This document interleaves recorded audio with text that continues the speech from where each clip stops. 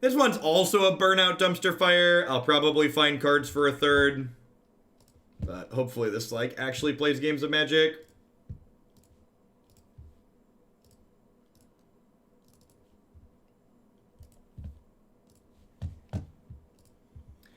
Alright. Hopefully this is not about to be a lesson in bad decks top 8 events all the time. This deck top 8'd one of the Modern Challenge events somewhat recently. So, it is a black-white, mid-range interactive deck. Inquisitions, Thoughtseizes, Fatal Pushes, Gifted Aetherborn, Planeswalkers, and then it's got notably Phyrexian Obliterator with top-end Grey Merchant of Asphodel here, along with Lingering Souls to generate a little bit of value as well. So, this deck's probably much better against things like Merfolk that we just lost to with that Black-Red Zombies deck. We had a lot of creature interaction here. I mean, all 24 of our lands make black mana. So, I mean, if we draw 4 lands, we're going to be able to cast the if we draw 4 lands, we're going to be able to cast the Obliterator. So we've got that going for us at least. But yeah, so this deck top 8'd one of the modern challenge events on Magic Online. So we'll see how it goes.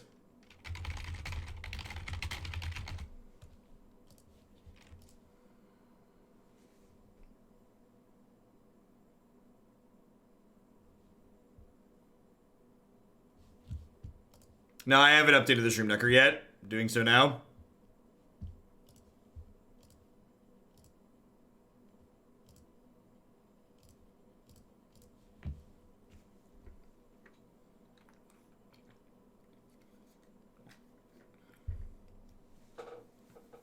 Oh, League matchmaking failed. Our opponent was just too scared of our pile of Phyrexian Obliterators. They had to bail out. I don't know if I haven't written Magic content for a long while. I think my last article was in like June. We're almost into August. I'm actually planning to write primers for the Jeskai Tempo deck we've been playing in Modern and the Yarok Field deck, hopefully today, in the car on my way to Gen Con. My wife said she would be good to drive so I could write while we travel. So those will hopefully be going up either late this week or next week.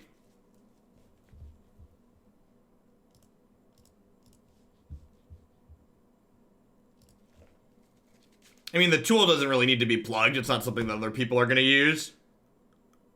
But yeah, I should update my frame color.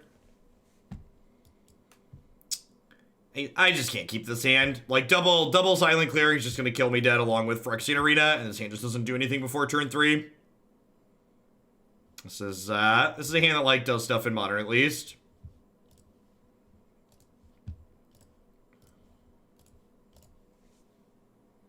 What you got? Show me all secrets. Yeah, I think we just take the old Seder Wayfinder here. Is there a way to get going?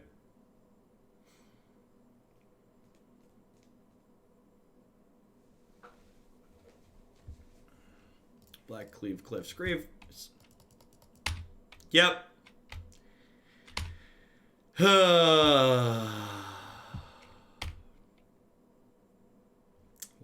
Well, shoot.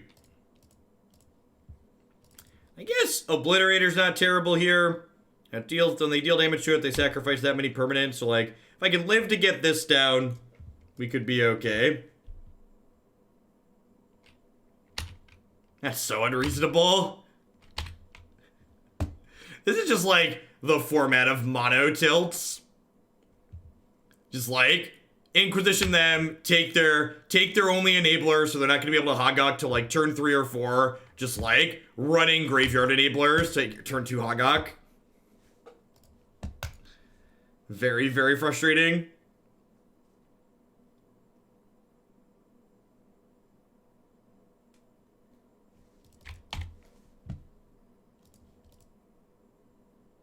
All right, we have one draw steps, draw one of our 2 Path to Exiles.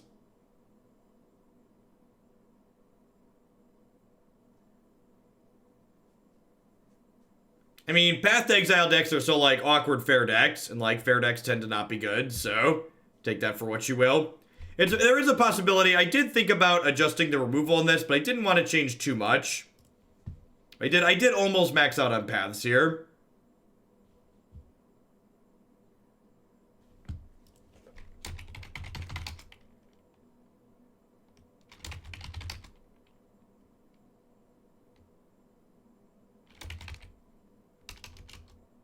Look at that. This is the command I created on July 8th. Yeah, they banned Bridge. Modern's still a crap show as always. Back to Magic. It's almost like I really understand the format and knew that banning Bridge wasn't going to fundamentally change anything. Weird how someone who plays a ton of Modern understands how it works. Strange.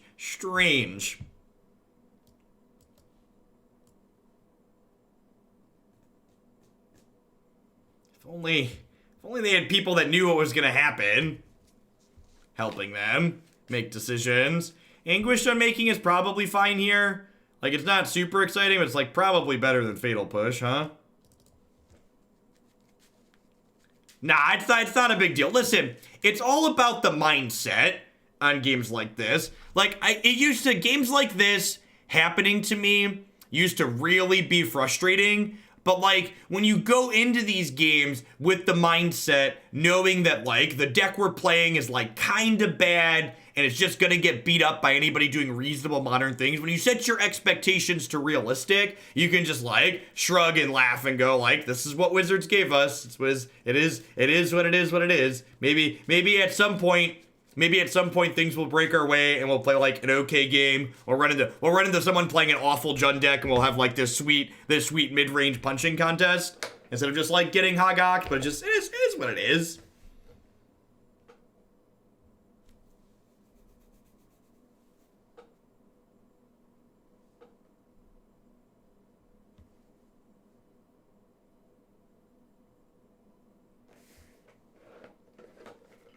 Yeah, winning a lot is fun. Doing something that your opponent has no recourse against and can't really respond to or interact with is fun.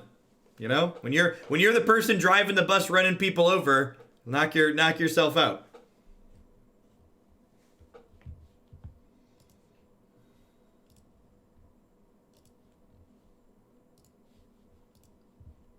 Honestly, like I said, my biggest issue. Am I wrong in that Obliterator made their next attack super bad? Well, you'd be wrong in the fact that I couldn't play the Obliterator on turn 3, and my opponent was attacking me for 12, 13, 14 that turn, so even with an Obliterator, I was dead on their turn 4. So it really didn't matter. This hand doesn't have a Rest in Peace in it, but it's got a Path and a Kaya, so I think I'm gonna keep. Yeah, if I could have played Obliterator that turn to block their Hogak, I would have kept playing that game, but I couldn't. It was not a legal play.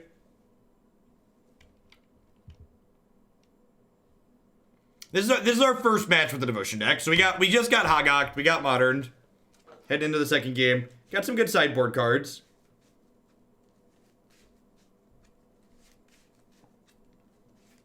Yeah, I agree, Pokemon. And honestly, to a degree, that type of realization is part of the standard format too, right? Like, this current standard format is very similar to Modern in that there's just a bunch of decks that make it a crap show, and you just accept that it's a crap show, and you're much happier if you do that. Like, this hand's here, with this discard spell to take the Satyr Wayfinder, we could realistically, like, be okay here. Like, they're gonna Faithless Looting, and then, like, God bless America, my country, 'tis of thee, sweet land of liberty, don't Thoughtseize me. I had a Kaya, and she was gonna exile this little Vengevine, do-do-do-do-do. So, like, if they hadn't drawn Thoughtseize off the top there, we'd have been able to play Kaya, exile Vengevine, exile Faithless Looting, like Path of Bloodghast, and been, like, in a pretty reasonable spot. Was that a good draw, chat? What do you think? Do you think that top deck was better or worse than their Thoughtseize top deck? See, for those of you taking notes at home, we skillfully, very skillfully left the key card on top of our deck so it could not be Thoughtseized. I know I had mentioned that the hand wasn't keepable because it didn't have Rest in Peace in it, but I knew they were going to have Thoughtseize. So I was just leveling them by keeping the Rest in Peace skillfully on top of our deck.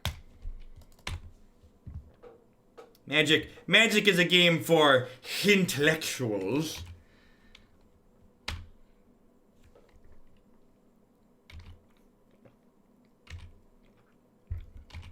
Birthing Pod was never too strong.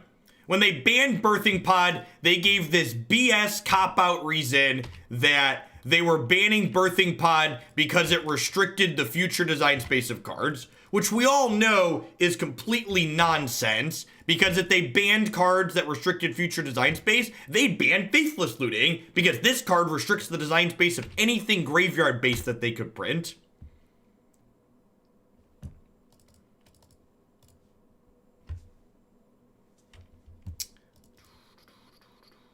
And in fact, at the end of its cycle, the best Birthing Pod deck wasn't even a combo deck, right? Like at the end of the cycle, the best Birthing Pod deck was like a Siege Rhino deck.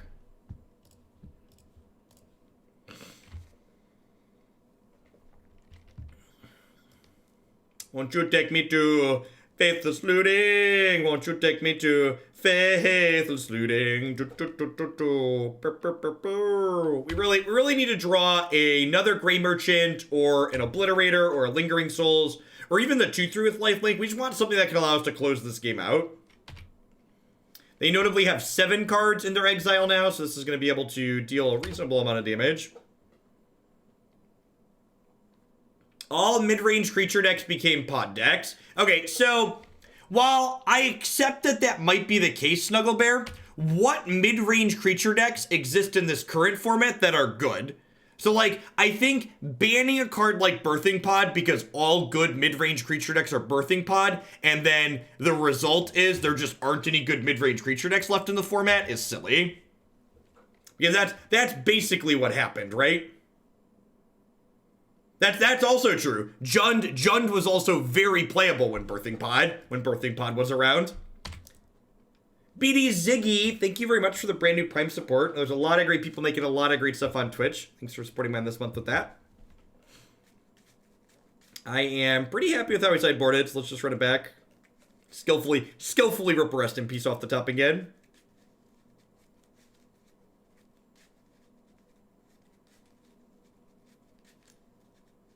Yeah, that's also true. Jund was good, and that's how decks, the metagame really depends on what decks are good, right? Like, Birthing Pod being good, stupid desk. Birthing Pod being good made Jund better. And that was before Jund even had K-Command. Like, could you imagine Jund's Birthing Pod matchup post K-Command? Yeah. K-Command and a Braid didn't exist. All right, for those of you taking notes at home, skillful Modern the Gathering is happening here. We'll see if our opponent is equally skilled and has double Thoughtseize or can just kill me before I cast Rest in Peace. There's a chance that a Hogak hits the battlefield before I cast this Rest in Peace onto. How's it going? We are getting beat up to heck and back, but it's okay. It's okay. We're having a good time. It's all about setting the expectations.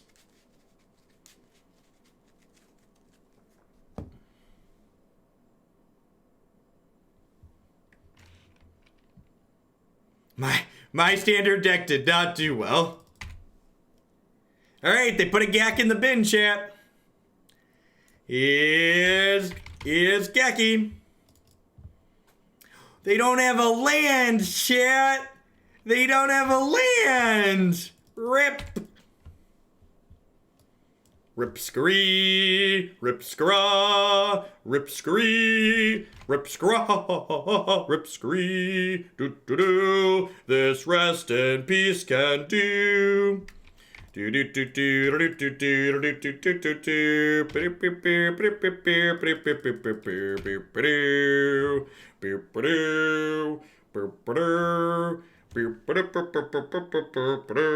Oh, we could get Vigored, couldn't we? They do. I was gonna say these decks don't play Maelstrom Pulse, but some of them do play Vigor, don't they? Yeah, you're super right. Vigor's a reason not to play out the second one. That's a good thing to point out. Need to find a way to actually kill them here. This is kind of a clock, right? She eventually gets to 7. She also keeps their board pretty clear, which is nice. What you got? What you got? Show me what you're working with. Work it. Trophy. Me now. Trophy. Me now. Who's getting added to your trophy case? It's Liliana. Yeah, it is. Yeah, it is.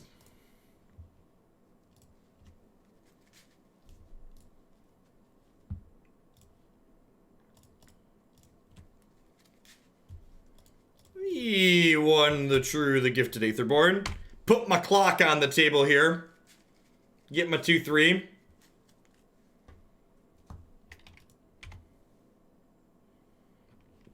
So, as someone who's very pro unbanning lots of things, I think Deathrite Shaman should stay banned in Modern for the same reason that Punishing Fire should stay banned in Modern, which isn't to say that its ultimate power level is too high. It's more to say that, like, the gameplay patterns that Deathrite Shaman generates, on average, I would define as kind of miserable. If that makes sense.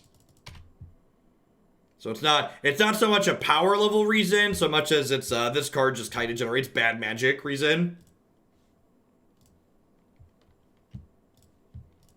Yeah, Grixis should not have a Mana Dork.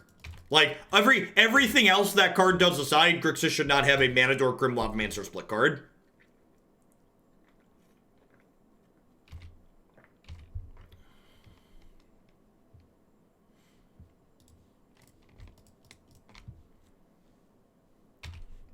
So I'm a little bit sad. But it's not enough. Look at these incredibly interesting and engaging games of Magic the Gathering. We drew our sideboard cards. Our opponent didn't draw their anti-sideboard cards. Fun was had by all. Truly wonderful and fun.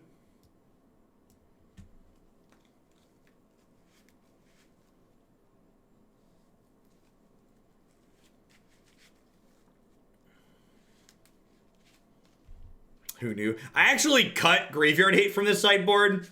This sideboard had a Surgical and a Grafdigger's Cage as well. And I was like, 4 Rips, a couple Kayas, a Kalitas.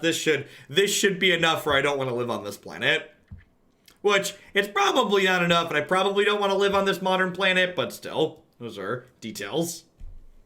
Details. How's my week been? It's been alright. Yesterday was a little bit rough. That is a main deck Knight of Autumn, which I have a Phyrexian Arena, so I think I need to take that. That kills Rest in Peace, chat. And it's a creature that casts Gawk. Is this the technology for beating like main deck Leylines and stuff? This format is so amazingly inbred, it is absurd.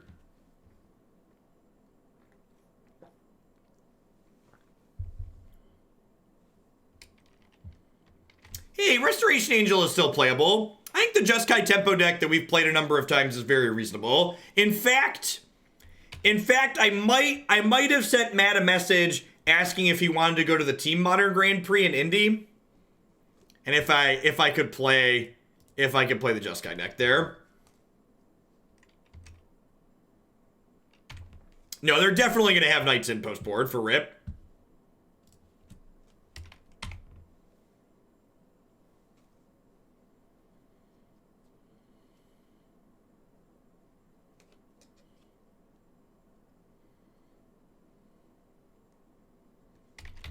Gack me, Poppy, gack me. No gacks, God bless. Lotless Troll's a sweet one. I've seen that one before too. Driven to Despair, yep.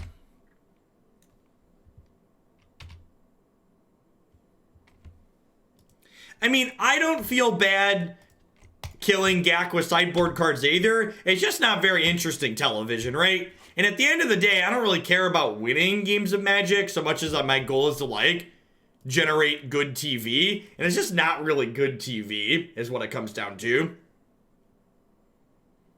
When's the next ban and restrict announcement? Not soon enough.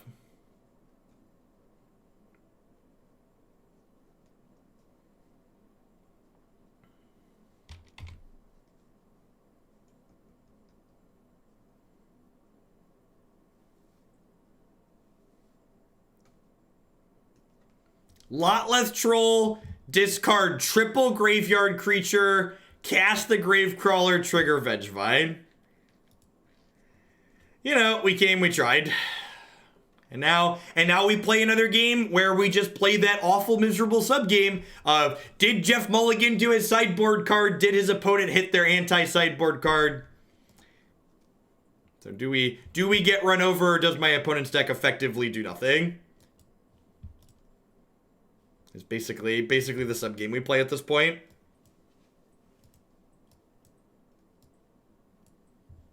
Do you like rolling dice? Do you like flipping coins? Boy, do I have a format for you!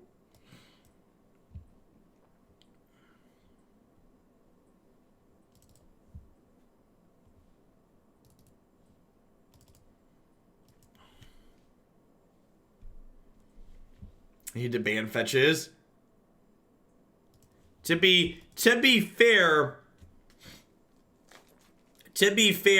fetch lands would make a lot of things like Gak harder to enable, right? Oh, I guess Unmaking's probably, I don't know. Unmaking's slow. They have more cheap creatures. YOLO. Let's draw a second land, chat.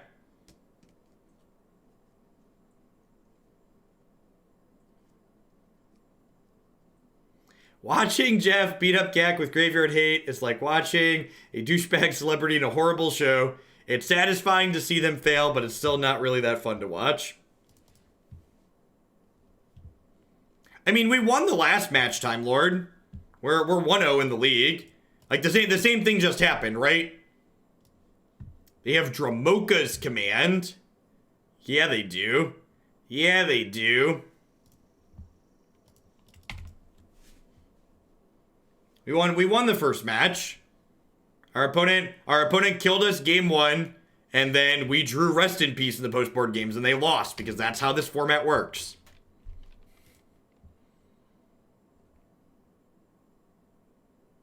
And then they drew Thoughtseize off the top to take away my Rest in Peace. Welcome to Thunderdome. Enjoy your stay.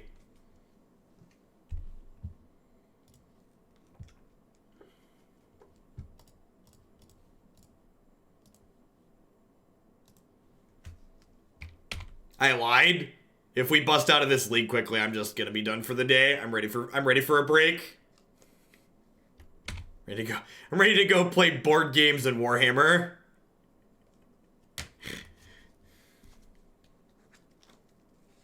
It's honestly one of the most satisfying things about the Warhammer card game is the fact that, like, the way it's designed, you basically never have a game where you just didn't get to make any choices. There's basically always meaningful choices if your deck is built well.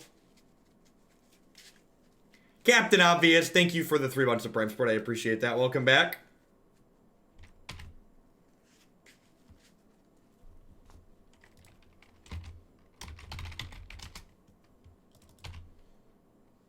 I'm playing an Order Tempo deck at the Gen Con event this weekend.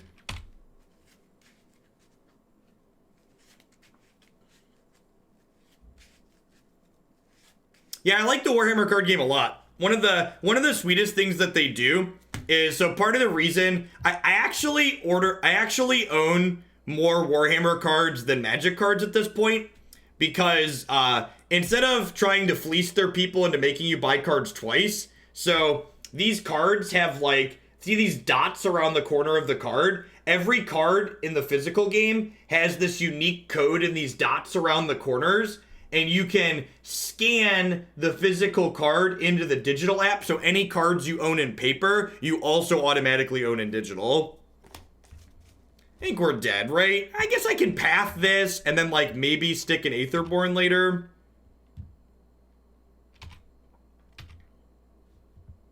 Which is really neat.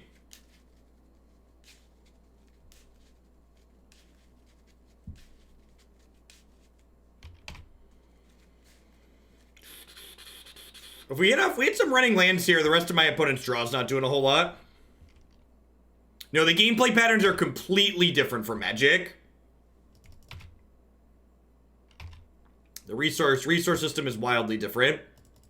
And also, if you buy physical cards to scan into the app, you earn extra in-game currency for using physical cards instead of digital cards. So, like, the cards you don't own physically, you can usually acquire them fairly quickly by virtue of earning extra in-game currency for playing with physical cards. No, it's just uniquely different, Cocoa Muffin. And the way it's designed, it plays well on a cell phone and a tablet. So it's one of the games that I play on my mobile device too. So if you're interested in checking out the Warhammer game, there's some old videos of it on my YouTube channel. I'm probably going to stream a little bit of it when, probably going to add a little bit of it into my stream cycle when I get back next week. I played a little bit of it. I don't think that's strictly true, Larry. I think they've had some typical small indie company problems, but I think overall they've made a lot of good choices. They're definitely not doing everything perfectly, but no company does. And unlike Wizards of the Coast, they're actually a small company. They're not like a billion-dollar corporation.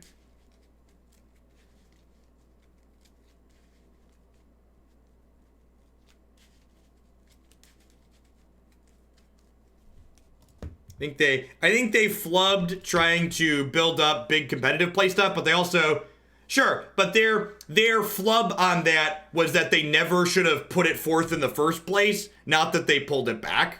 The people that they listened to telling that they should put money into competitive stuff, they shouldn't have listened to those people, but they also, it does not have native Linux support, but it runs through Steam, and it runs fine through Wine, because it's just a Unity application. And Steam's kind of awesome. If you haven't used Steam on Linux before, I don't know if it works on OS X, but Wine actually integrates directly into Steam these days. So like Warhammer, Killing Floor 2, Skyrim, all of these games, I just hit play in the Steam client, and it just works just like a native Linux application does. It's really slick. Valve's actually pumped a lot of money into Wine development. Condescend is a weird card to have in an Amulet deck. I'm gonna go ahead and Fatal Push the Sakura Tribe Scout here.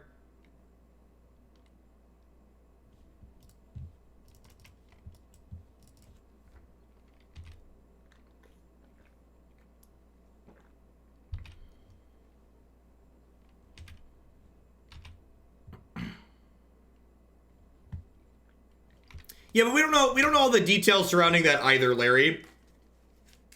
Like if they give people a credit back, like they give people full dust back when they buy paper cards, something like that could be good too.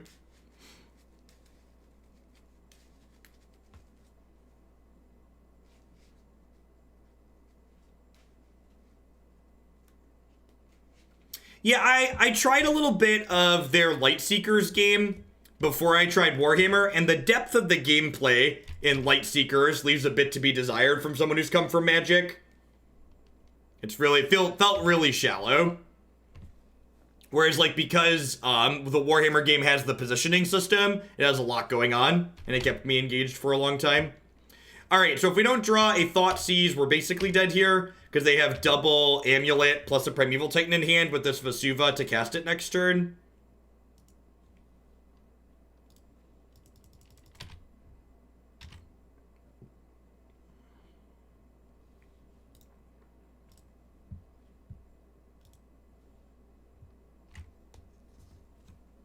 We ever played Tabletop Warhammer? Once a long time ago, I played with the models. They're both expensive, even compared to Magic, and it's kind of tedious to like go through and actually play with it.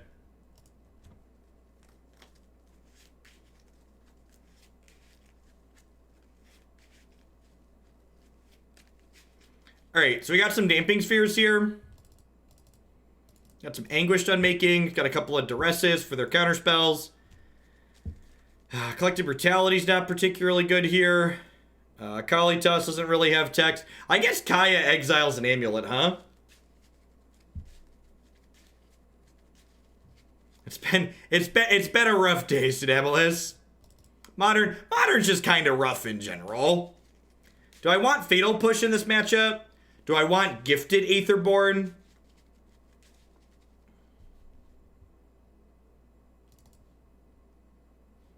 Hey, Gifted. Would I rather have Fatal Push or Gifted Aetherborn? I think I'd rather have Gifted Aetherborn because I do just need to attack them to death.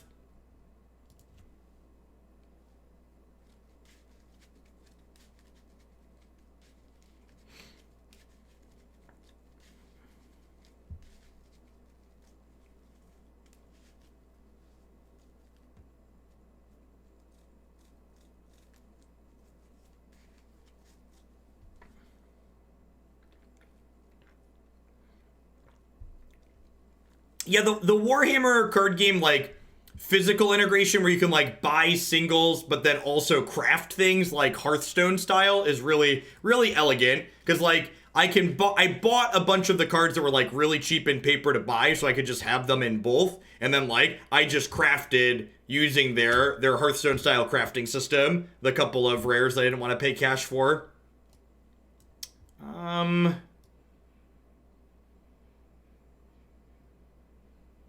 Everybody thinks every card game ever is pay to win. Chocobo Muffin. Every idiot who's ever played any card game will tell you it's pay to win. It's the same as any other system. How reasonable is Elves against Hogak? It's probably terrible. You can put 4 Leylines in your sideboard and play the mulligan for your Leyline game, but on average you're going to have a bad time.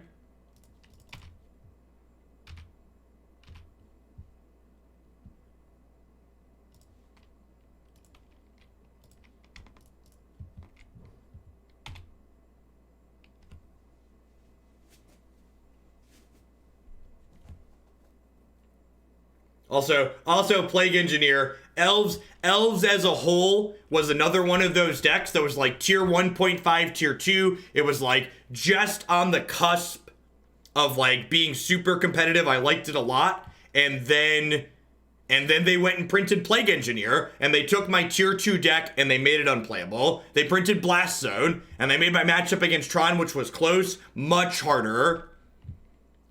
As formats like Modern get bigger and bigger, fringe decks like Elves, like Jeskai Ascendancy, they get worse and worse and worse.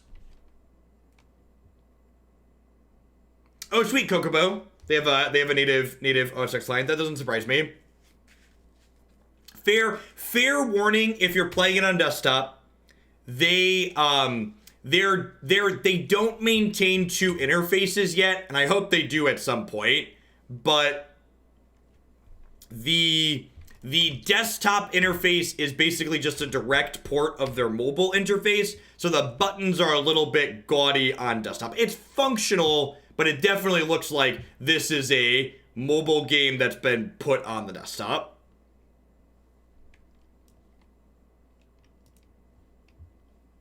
The gameplay is still good, and the in-game interface is fine, but like the menus and stuff, like the buttons are big. Right? Damping Sphere is symmetrical. To set a bar that's low, it has more graphic effects than Moto. Yeah. It clears the incredibly low bar of better looking than Magic Online.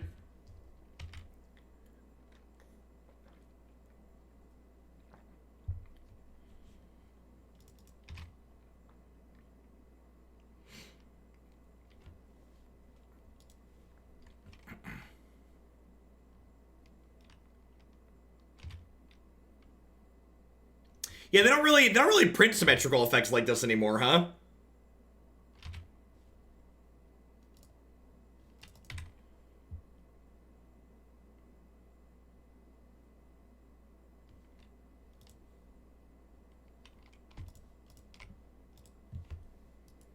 I mean, that's the nature of Standard, right, Soldier? Like, Standard's a format that, by design, changes on a fundamental level almost every set release. And then one of the nice things about Standard is that, unlike Modern, where Modern's just gonna, like, sit here and rot probably for eternity because Wizards is happy with Modern being a crap show of Trons and Hogaks and Storms and Amulet Titans, is Standard, in, you know, less than 2 months, is gonna look completely different. That's one of the things about it that makes it refreshing, right? Like Modern, if you don't like it now, you're probably never going to like it. But Standard, the play patterns right now are kind of middling, but that's okay. In a very short while, it's going to be drastically different.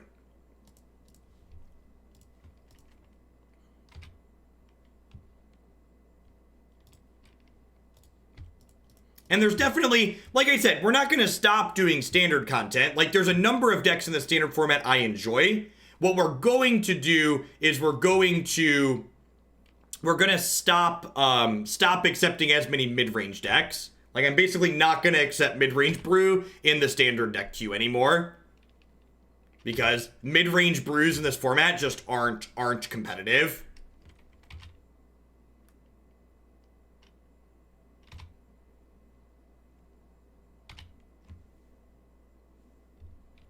I'm so confused. Am I getting condescended? That's what's happening, isn't it? I'm about to get condescended. That's unfortunate. Well, I mean, so like, and this is a little tinfoil heady, but I'm pretty sure it's the truth. The thing you have to remember when you talk about Wizards and making decisions with non-rotating formats is they don't want formats like Modern and Legacy to be appealing to new players.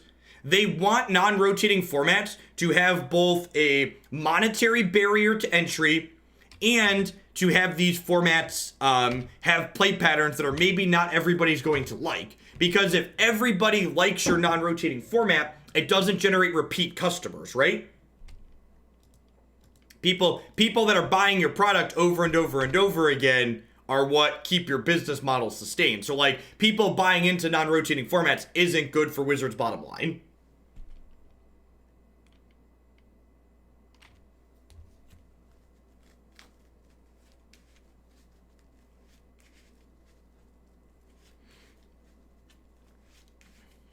Probably dead here.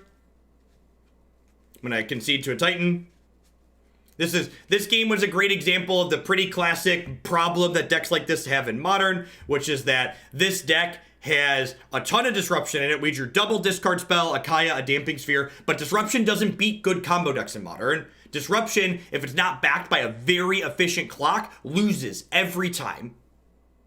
You can't just sit there and disrupt. You have to actually kill them while you're disrupting them. I think we're gonna have time for a third deck. I'm gonna do a third deck. We're gonna plot through. I'm gonna do one more match. If we get dumpstered by another combo deck one more time, we'll roll a third deck up out of the queue.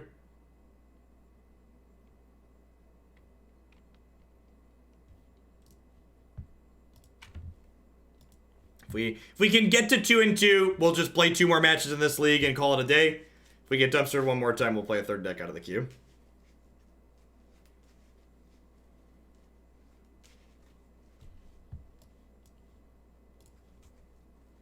Yeah, I think Bant Eldrazi's next. MTGO Traders was out of stock on some of the blue-red cards, so I had to skip over Phoenix and the Urza deck this morning.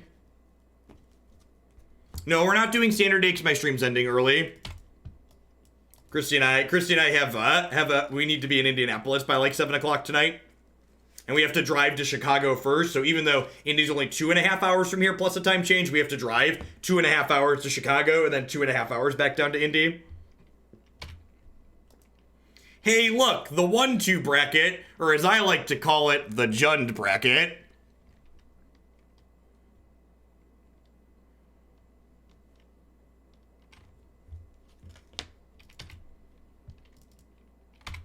I'm going to hold on to this Fatal Push because our opponent's deck doesn't have that many creatures at the -2/-2 on Collective Brutality kills.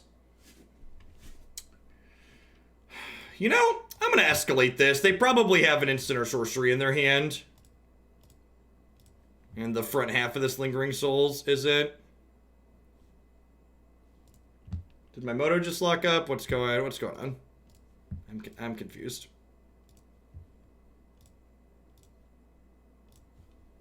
You.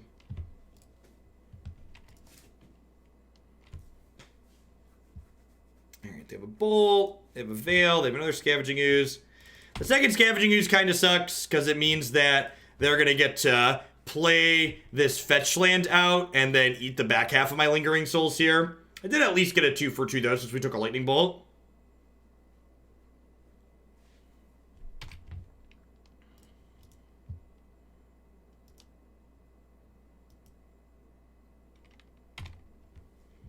I think I want to be resource efficient this turn and just fatal push this, unless I draw like a discard spell.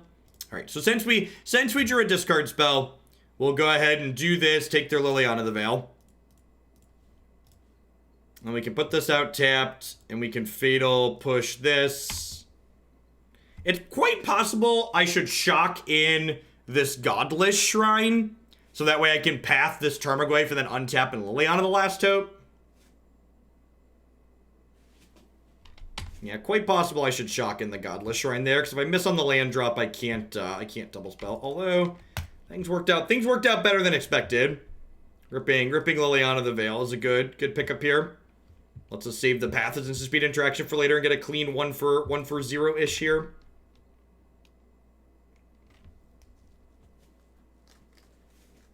They have a bolt, queen. Good clean 2 for 1 there. Sweet.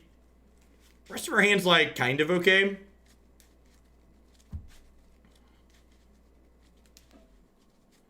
Love to draw Lingering Souls, Phyrexian Arena, a couple more lands. To get the last hope ticket up here.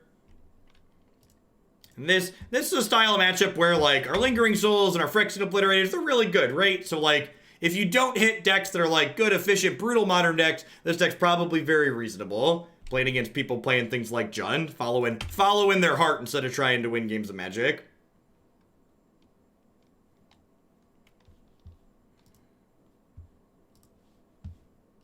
Don't go breaking my heart. Do do do do do. Do do do do do do do. Do do do do do. Boop boop boop boop doo.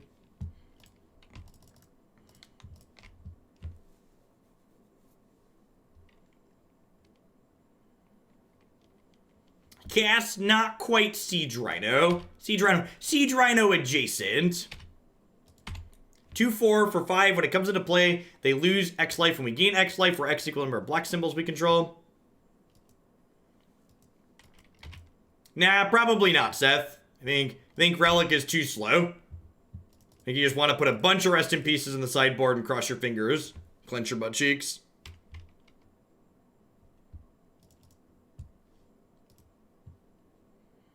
So the question here is, should I hold this back? Should I hold this back to play around a Bloodbraid Elf attacking my Liliana? I don't think so. I think I want to just get my hits in. They're down to 9 already. Playing around like exactly Bloodbraid. A lot of these decks don't even play 4 Bloodbraid Elves anymore just because 4 is so much mana in Modern.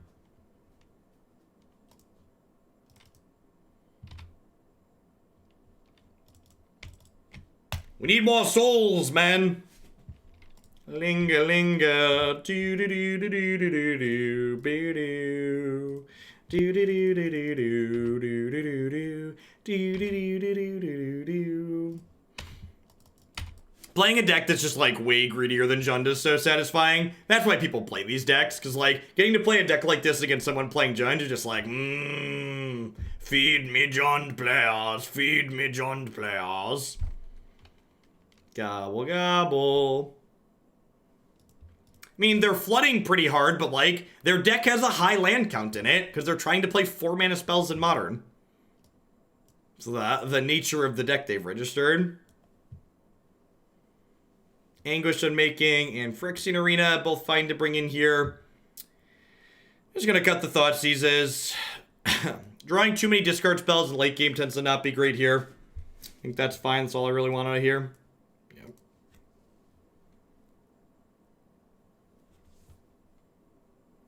I'm not sure I understand your question, Vernash.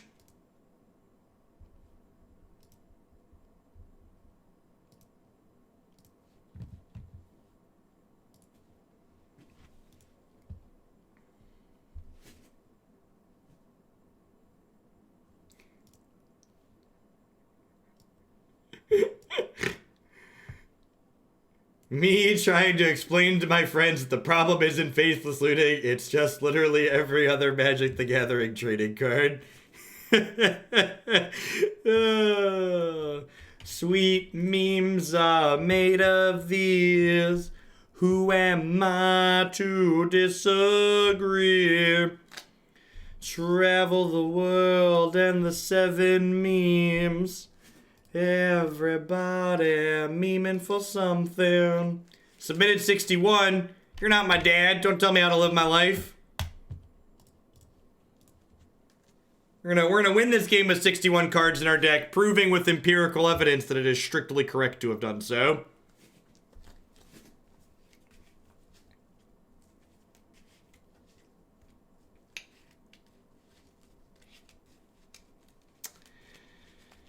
Their hand's pretty good. I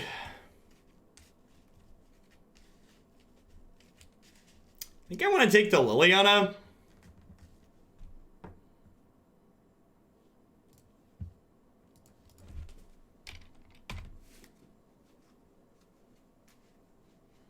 That's their only way to kill this Obliterator currently.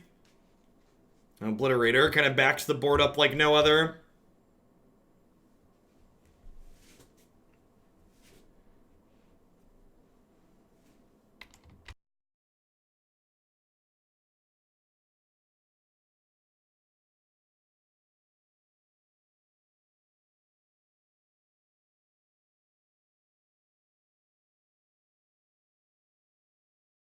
Charmer goes to Destra.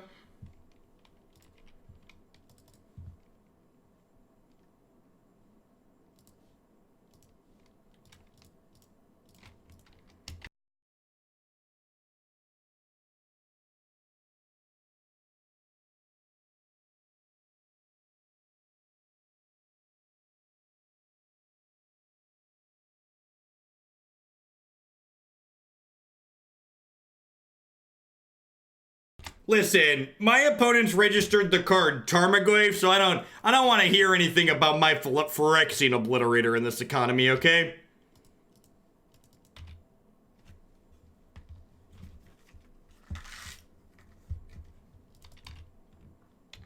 What did Standard look like? I don't think Obliterator even really saw play, right?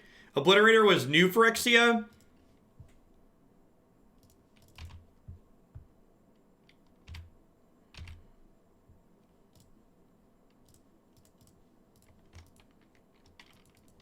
Yeah, creatures like this were really bad against Jace the Mind Sculptor, similar to how they'd be bad against Teferi.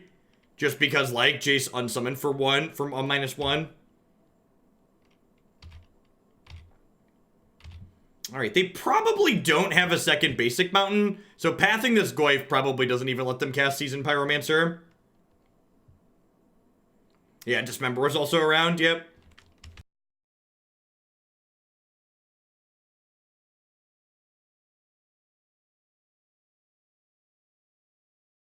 What do you need to know about Phyrexian Obliterator in Standard? It was legal at the same time as Mana Leak, Ponder, Mental Misstep, Gitaxian Probe. All I'm saying is there were a lot of really messed up cards. That's all I'm saying. I could stick this Kaya and like exile or 2 creatures where they can K-command either of them back, but I think I'd rather just like play this 5/5 and start attacking.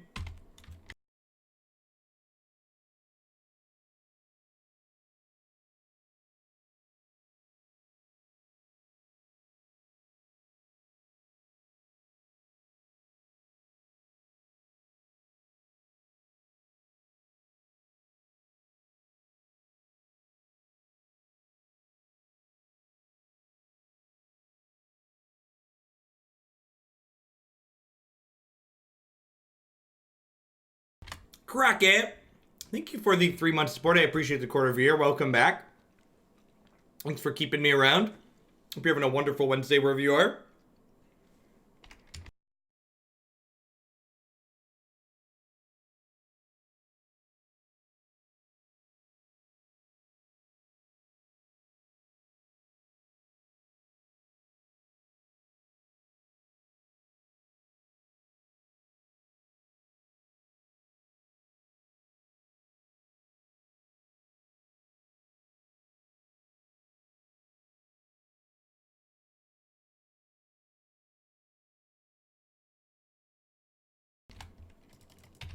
Would you like to block my 5/5? You only have to sacrifice 2 lands if you do.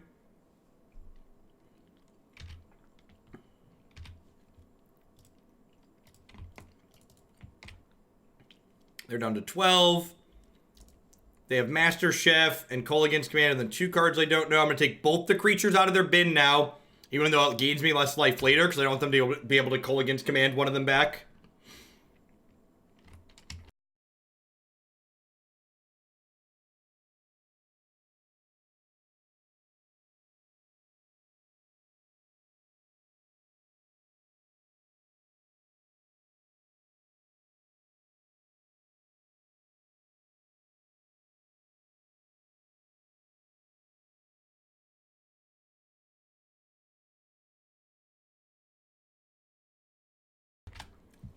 I'm going to draw a card before this deals damage. We could hit a Fatal Push or a Path.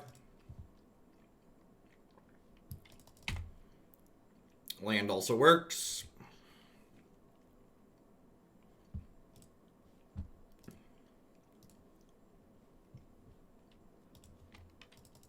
They name Spirit with Engineer.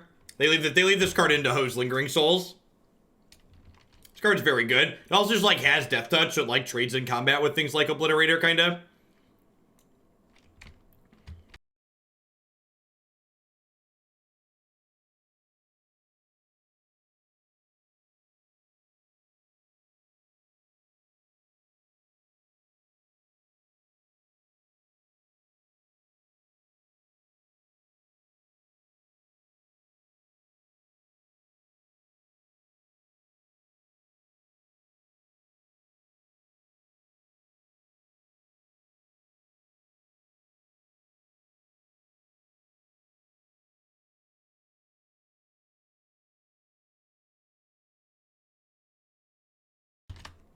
There's a lot of good ways to fight Scapeshift in Standard. You can Blood Sun them. You can play Unmoored Ego. You can play various sweepers like Flame Sweep or Cry of the Canarium. You can Assassin's Trophy them. You can Field of Ruin them in conjunction with sweepers. You can Deputy of Detention them. Hey, Dim, thanks for the 10 months support. I appreciate you dropping that Prime off again. Crafty Cutpurse them. So I was wondering why I didn't play this. I didn't play this because my opponent has Plague Engineer on Spirit. Legion's End, yep.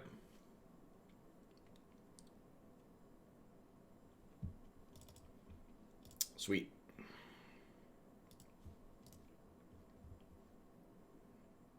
I guess this doesn't even do anything because they have K Command. I guess I should have escalated that, discarding the land and taken the K Command. Yeah, I definitely should have escalated that and taken the K Command. So Alpine Moon's not a really good way to fight Scapeshift because Alpine Moon doesn't turn off their other utility lands, which means that they can just like Blast Zone.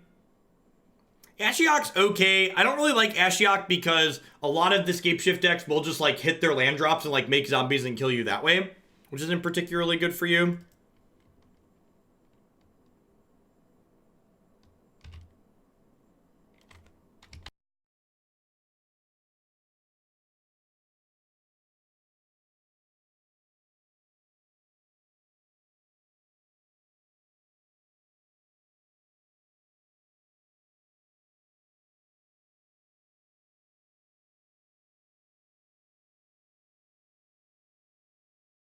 Yes, we did, Admiral.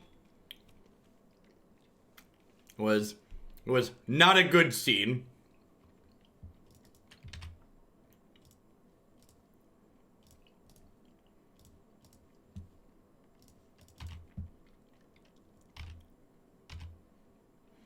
Yeah, they definitely should have cast it. Putting a sorcery in the bin's good for their Tarmogoyfs, too.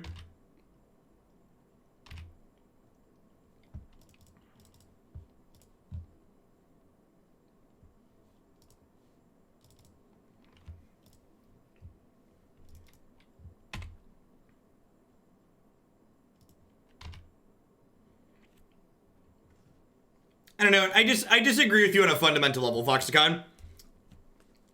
I think non-creature based combo decks in general are just terrible for Standard. I think Scapeshift and Field of the Dead are a big part of what makes mid-range decks unplayable in this current standard format, and I think that that's a big deal. I think ideally standard should be the format where mid-range decks are always reasonable, because mid-range decks generate what I would consider to be the most quality magic. There's a lot of back and forth. They tend to play games that are long enough to have decision points, but not so long that they're tedious, like the decks in Pauper.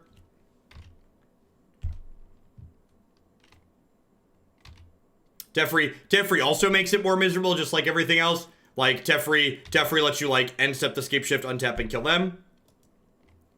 So it effectively gives you less interaction points as well. But that's more of a point towards why does Teferi exist more than Scapeshift. Without Teferi in the format, Scapeshift would be closer to acceptable. In terms of a play-counterplay pattern. Basically, every color has good answers to the Field of the Dead zombies, if they can play at instant speed.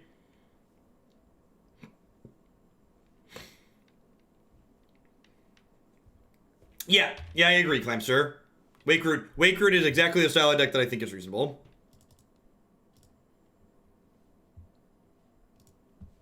I exiled my Obliterator. That's a tilt.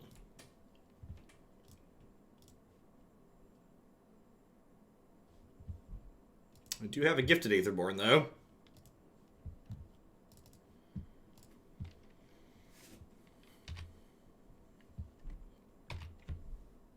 Burn is never bad. Burn is always a deck that's reasonable in Modern. Burn is super consistent.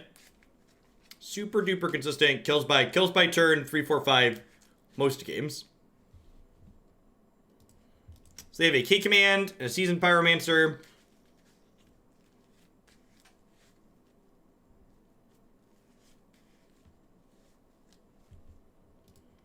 You've got a 1-turn window to hit something really meaningful here.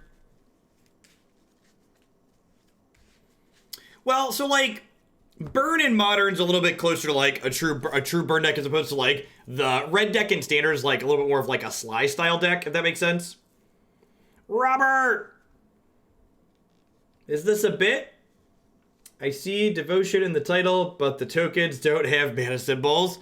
Yeah, I mean, everybody else called it Devotion, so I just went with the territory.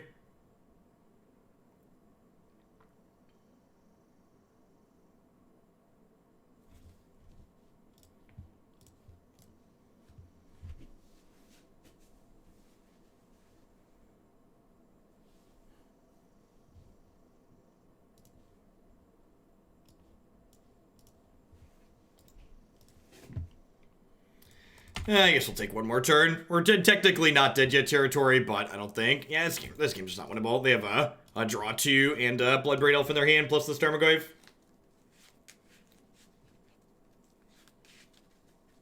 For those just joining us, believe it or not, we are currently 1-2 in this league. Heading into game 3 against Jund. I think the Jund matchup is somewhat reasonable. Maybe I want a couple Rest in Peace in this matchup. Just because it shuts off Seasoned Pyromancer and K-Command too. It hits our graveyard value stuff as well, though, which is the problem. I've got Souls and Veil. Let's try it. Inquisition. Inquisition's not particularly good here.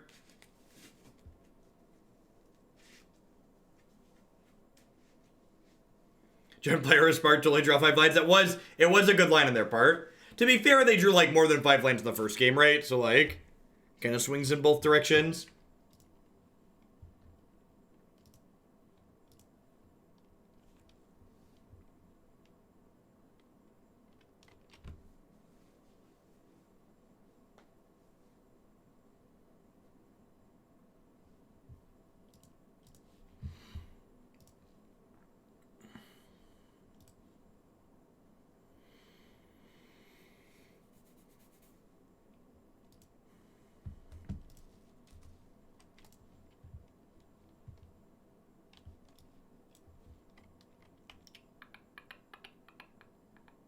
Yeah, it turns off Goyf Skews, makes their Seasoned Pyromancer worse. But it also went to 6. I think going to 6 favors them on average. I feel like their deck has more ways to generate 2-for-1s than our deck does.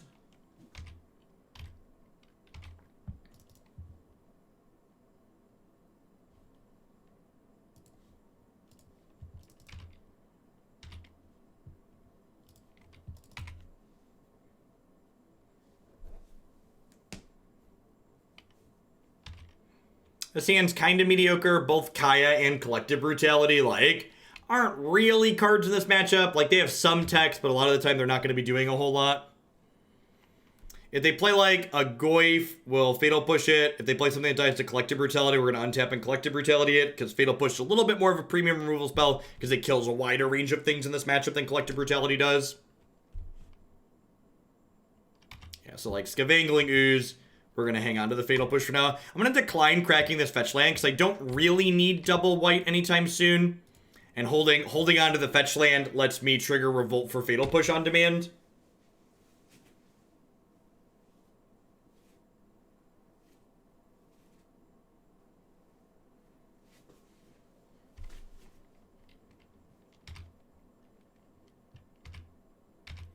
Rewarded for sequencing our removal spells the way that we did. As we get to Fatal Push this Tarmogoyf here. The question is, do we want to play Kaya or Lingering Souls next turn? Might just be Lingering Souls to start pressuring them, honestly. Or we could just jam the Phyrexian Obliterator down their throat. Fingers crossed. Fingers crossed for no Liliana the Veil. Assassin Trophy would feel a little bit bad, but it's better than Liliana, because at least we get a land and they don't have a Planeswalker left over. They could also have a Fatal Push of their own. Trophy's like whatever. What do I want to dodge? Want to dodge Veil, mostly. Because the leftover Planeswalker from Liliana the Veil is the biggest downside. They're cracking their fourth land tier, so probably going to see like a Bloodbraid Elf or something. Fetch Shock. Could see 2/2 drops as well. The trophy here isn't as bad because it gives us his 5th land at least, which lets us double cast Lingering Souls next turn. Just play and flash it back immediately. There's Scavenging Ooze. So, I'm going to start by cycling the Silent Clearing and see where we go. Maybe we hit a removal spell for this. Or another Phyrexian Obliterator. Yep. This big in, please. And, like, I feel like this Obliterator just, like, eating crap and dying here a bunch is, like, kind of a good example why this archetype's a little bit mediocre as a whole. Like, this is, like, the one style of matchup in Modern where Phyrexian Obliterator is not just a complete dud, and even here it just eats a 1-for-1 a lot of the time and doesn't do a whole lot for 4 mana, like, loses us tempo. So, like, this card's, like, not fast enough against control or combo decks, and even in these mid-range matchups where it has potential to shine, it often just does very little.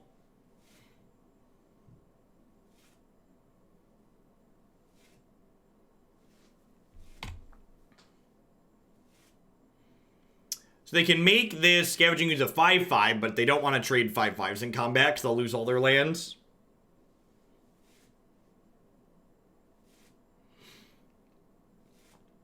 Have another trophy. That'd suck. They don't have a removal spell here. They are at 14, and this Obliterator runs them down relatively quickly, so if they don't kill the Obliterator and we, like, double Linger next turn, it's like, sign me up.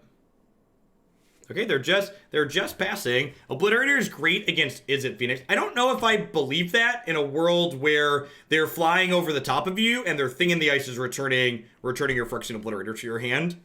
So I don't know if I buy what you're selling. Not only do they kill you quickly, but like Aria Flame doesn't care about this card either. I feel like Phoenix has a number of angles of attack that just like don't care about this 4 mana 5/5. And, like, obviously things can line up perfectly and, like, it could be okay. But I think, like, to say that the card is, like, good against Phoenix, I think is an overstatement. Oh, it doesn't bounce. Okay. Okay, I'll buy you that. It's good against Thing in the Ice. Fair. It is good against Thing in the Ice. Random Phyrexian cards are horrors.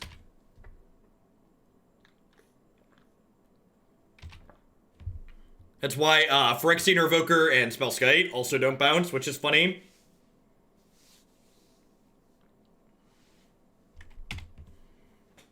All right, if they brick out a removal spell again here, we're gonna get to run them down.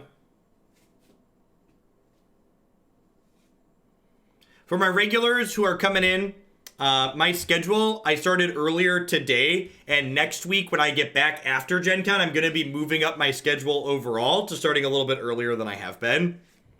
So starting next week, I'm going to be live with Modern by 7 a.m. Central Standard Time every day. My plan is to stream from 7 to 2 as opposed to the 8 to 3 that I normally have been doing.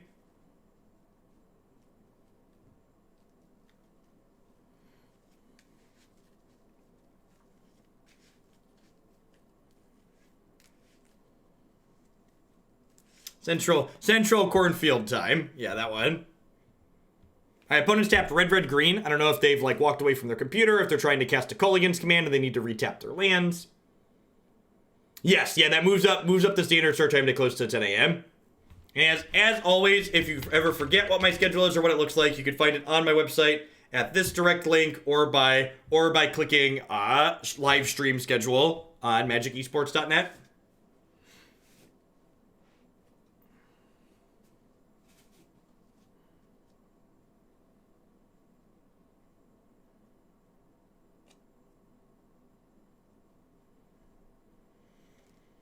So they had the K command, they made me discard my last card, but they're still just like not beating this board, right?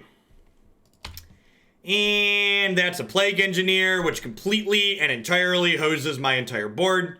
It kills the spirit tokens, and then it death touches and trades for the Phyrexian Obliterator while only costing them 2 lands. Because they also have a Tarmogoyf here too, which closes out very quickly. This is where the magic happens.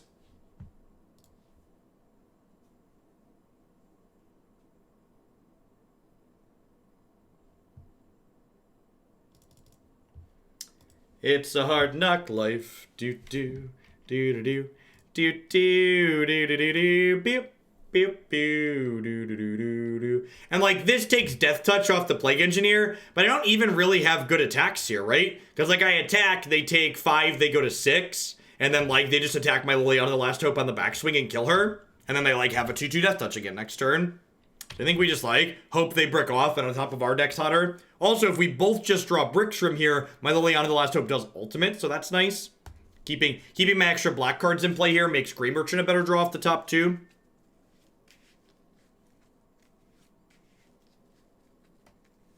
I'll be honest, surprised you're still here.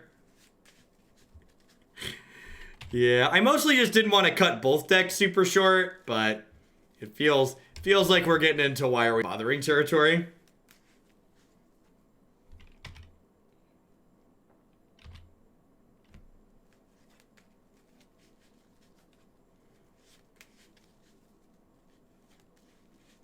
I'm gonna play this game to its fully natural conclusion, and then I think I might fire up for a third deck. I don't need to be done till like 11:30, so that gives me like 2 hours, so I can have time to get cards and play another league.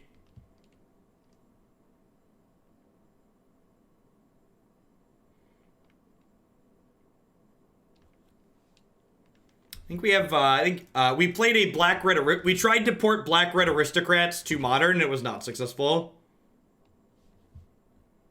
I don't really feel like playing more JAC. JAC made me sad the last time we played it. It's one of those decks that just like gotten steadily worse since Modern Horizons was printed. All right, I mean, as far as top decks are concerned, this is pretty good. This is pretty good. I'm playing a deck out of the queue if we do one more, chat. The deck queue is always the boss. How has this deck been? Aggressively mediocre as expected. So, MTGO Traders is missing cards for Urza Combo and Phoenix when I checked this morning, so unfortunately I have to skip over those two.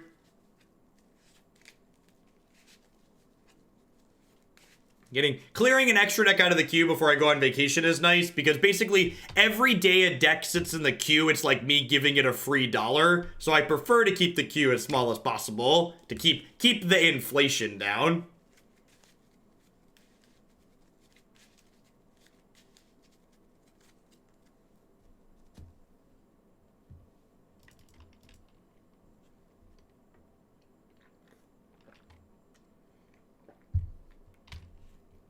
All right, they brick for another turn or two here.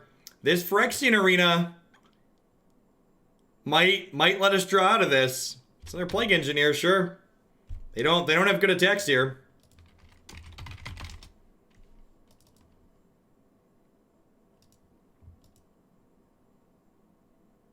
Yeah, it's kind of sad. They're doing Twitch Rivals Constructed today.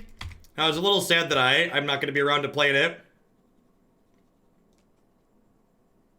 They're doing it in the same format as the draft tournament. They're not having people play the Twitch Rivals tournament against each other.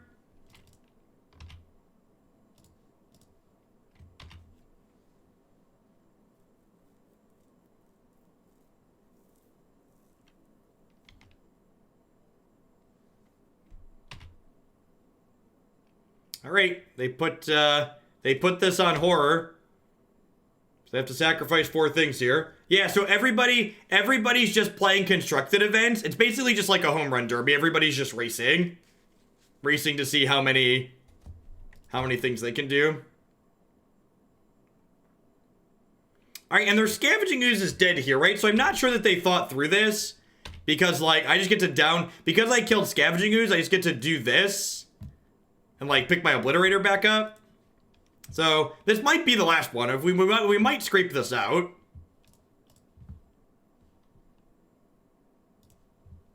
Or are we dead on board? We're almost dead on board. I lied. Need like a fatal push here. Yeah, I lied. We're actually dead on board, right? They attack. I take 7. I die to Phyrexian Arena. All right, let's play one more deck.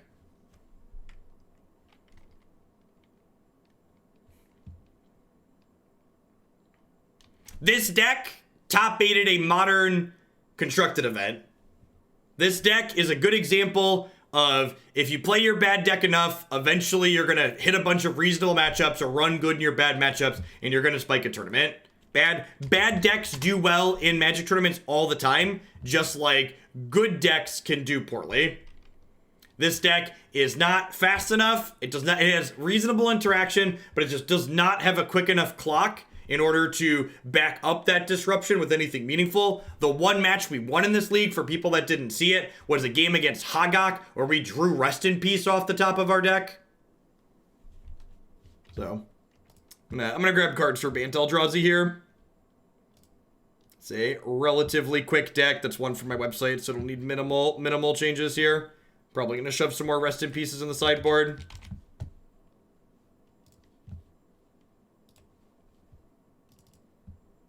Blood Moon won the Grand Prix. Scred was there. That's a great way to put it. Scred didn't win a Grand Prix. Blood Moon did.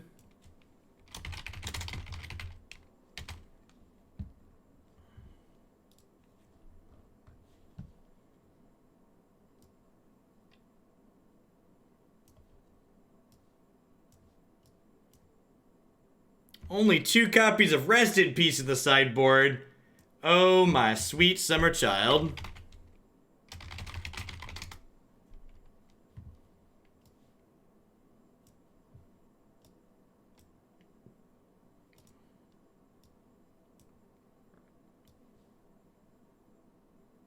Yeah, Cage is pretty bad against Hogak, though. I guess Cage is okay when we have Path to Exile. I think I want to put a second Stony in here, too. Because Tron just won a bunch of stuff. Do I want to cut Tracker, Thragtusk, or Deputy here? I feel like it's probably Tracker. Deputy's actually pretty okay against Hogak too. I think it's Tireless Tracker.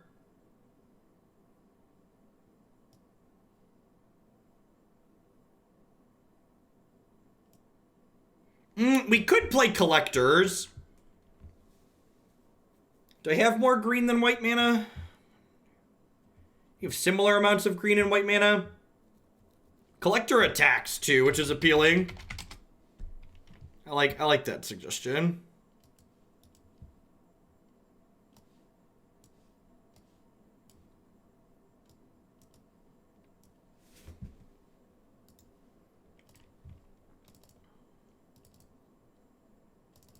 Yeah, Ophi dodges Nature's Claim, which is sweet.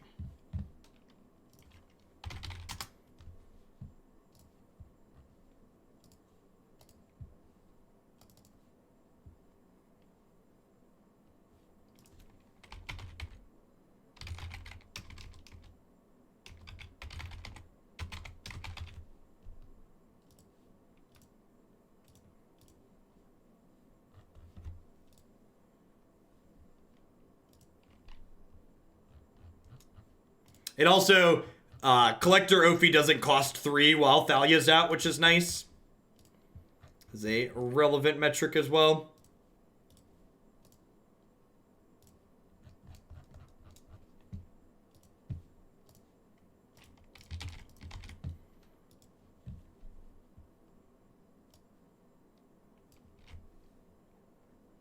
It doesn't offer the same utility, Admiral. I'm not sure you understand why Drowner's good if you think it offers the same utility. Drowner creates instant board presence and removal of blockers. So like, while Drowner's also a big body at your top end, it comes into play and immediately removes 2 blockers to give you better attacks that turn. Which is a big deal.